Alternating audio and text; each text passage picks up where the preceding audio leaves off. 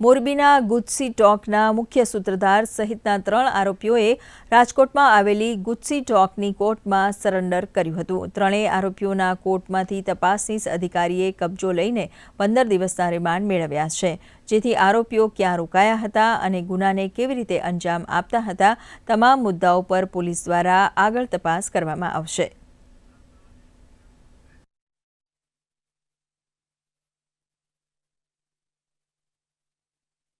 શહેરમાં અંધાધૂંધ ફાયરિંગ કરી મમુ દાઢી નામના ઈસમનું હત્યાને અંજામ આપવામાં આવેલ હતો। જે સંદર્ભે ખૂનનો ગુનો મોરબી સિટી એ ડિવિઝન પોસ્ટેમાં જાહેર થયેલ હતો।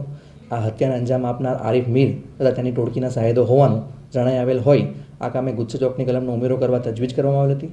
જે ગુનામાં અગાઉ 15 આરોપીઓને અટક કરવામાં આવેલ હતા અને 3 આરોપી એબ્સકોન્ડિંગ હતા। જે 3 આરોપીઓ 2 દિવસ પહેલાં નામદાર કોર્ટમાં સરેન્ડર થતાં તે ત્રણેય આરોપીઓને ગઈકાલે નામદાર કોર્ટમાં કસ્ટડી રિપોર્ટ સાથે હાજર રહી યોગ્ય દલીલો કરી અમે કસ્ટડી સંદર્ભે રજૂઆત કરતા નામદાર કોર્ટે તેઓની દિન 15ની કસ્ટડી અમને સોંપેલ છે। જે આરોપીઓ આરિફ ગુલ મોહમ્મદભાઈ ધોડા, મીર, મકસૂદ ગફુરભાઈ સમા તથા કાદર ઉર્ફે બચ્ચન ગનીભાઈ મતવા આ ત્રણેય આરોપીઓને ગઈકાલે રાત્રે લાવી અટક કરી તેમના વિરુદ્ધ ધોરણસરની કાર્યવાહી હાથ ધરવામાં આવેલ છે।